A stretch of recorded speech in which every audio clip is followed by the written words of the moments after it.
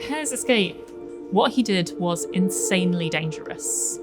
Impersonating a French officer was regarded as espionage and was punishable by immediate execution. He knows that if he made even one mistake, it could result in his death.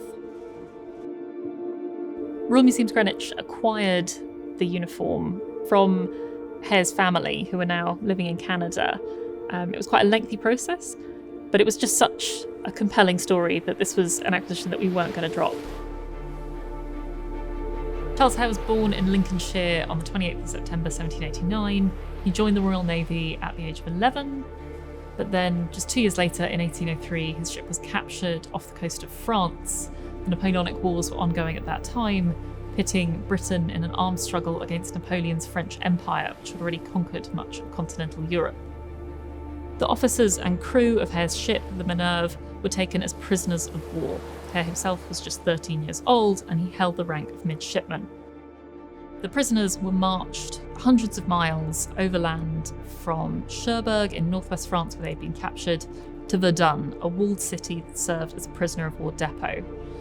Charles Hare stayed in Verdun for 3 years before he was transferred to the prison fortress at Saint-Louis, known at the time as Saint-Libre, and he was there for another 3 years. He might have remained there for many more years had he not staged an audacious escape. He was 19 years old, had spent most of his adolescence in prison, and had not seen his family in over 6 years. At some point during his time in prison, Hare befriended an officer in the French customs service. This officer gave Hare a uniform and false order papers so that he could disguise himself as a customs officer travelling across the country on official business. The escape took months to prepare, but eventually on the 12th of August 1809, they were ready to go. Hare left the prison on a day pass, so the guards didn't initially notice that he was missing, and he boarded a carriage. The carriage driver was in on it, and he let Hare change in the back of the carriage from his prison clothes, which he tossed into a cornfield, into his customs uniform. The carriage took him for the next 2 days, and then Hare had reached the River Rhine, and he travelled the remaining 200 miles of his journey to the Dutch port of Rotterdam on a series of boats on the river. Hare developed various strategies to help avoid awkward questions during his journey. One was to take up pipe smoking, so if there was a conversation going on, he could just puff thoughtfully on his pipe. He also credited the success of his escape to his pet dog, his faithful travelling companion, as he called him, who he used to distract people who started asking too many questions.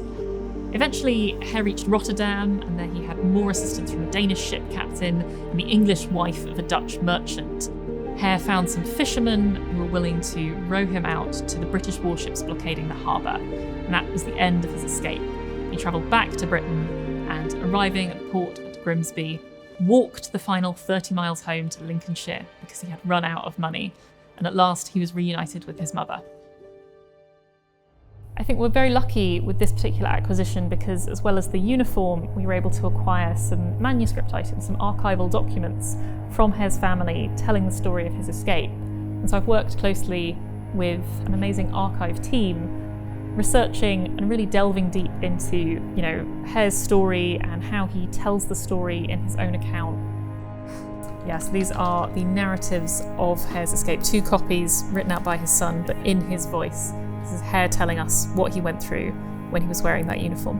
So we're really going to get a sense of his ordeal, aren't we? We are.